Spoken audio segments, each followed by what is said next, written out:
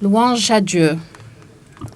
Paix et salut sur le prophète, sa famille et ses compagnons. Excellences, Mesdames et Messieurs, il nous plaît, à l'entame de ce message, de vous souhaiter une chaleureuse bienvenue dans votre deuxième pays, le Maroc. Marrakech a aujourd'hui le privilège d'accueillir la première conférence africaine sur la réduction des risques en santé. Aussi, nous nous réjouissons de nous adresser à votre assemblée qui compte une pléiade d'éminents experts africains internationaux. Nous vous remercions de votre présence à ces assises africaines que nous avons bien voulu placer sous notre haut patronage, en étant convaincus qu'elles sauront indéniablement contribuer à la dynamique de complémentarité et d'intégration à l'œuvre de notre continent. Excellences, Mesdames et Messieurs, ce premier congrès africain se tient à l'heure où le monde se trouve pris dans un enchevêtrement inextricable de crises sécuritaires, économiques, environnementales, dont il subit de plein fouet les conséquences humaines, sociales et sanitaires. Notre souhait est que vos travaux apportent des réponses collectives aux pandémies et aux crises alimentaires qui menacent le monde d'aujourd'hui. Les retombées sanitaires de phénomènes climatiques extrêmes comme la sécheresse et son corollaire immédiat, la pénurie, voire l'absence de ressources hydriques, touchent particulièrement les populations vulnérables dans de nombreuses régions de notre continent. Nous formons l'espoir que l'Afrique parvienne à mutualiser ses efforts pour relever les défis auxquels elle doit faire face. Pour ce faire, il nous faut adopter des politiques d'anticipation et de prévention et mobiliser tous les moyens disponibles afin de protéger la santé et de préserver la dignité des citoyens africains. Mesdames et Messieurs, conscient que la sécurité sanitaire de tous les Marocains est une nécessité absolue, le Royaume du Maroc est d'ores et déjà à pied d'œuvre pour mener à bien la généralisation de la protection sociale.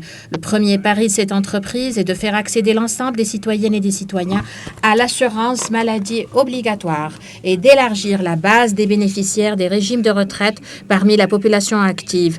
Dans le même esprit, les allocations familiales et l'indemnité pour perte d'emploi doivent être généralisées.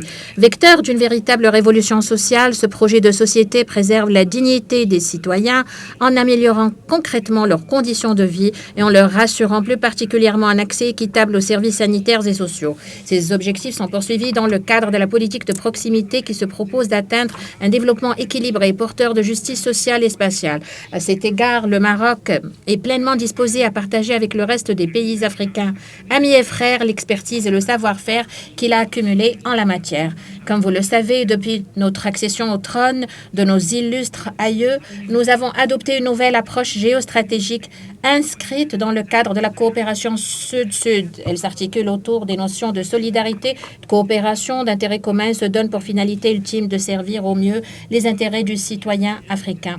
Nous estimons que la santé est l'un des défis majeurs auxquels est confronté notre continent. La pandémie COVID-19 a bel et bien mis en évidence l'importance du travail collectif dans ce domaine ainsi que la nécessité de multiplier les projets sanitaires et de pouvoir nous payer d'infrastructures sanitaires indispensables.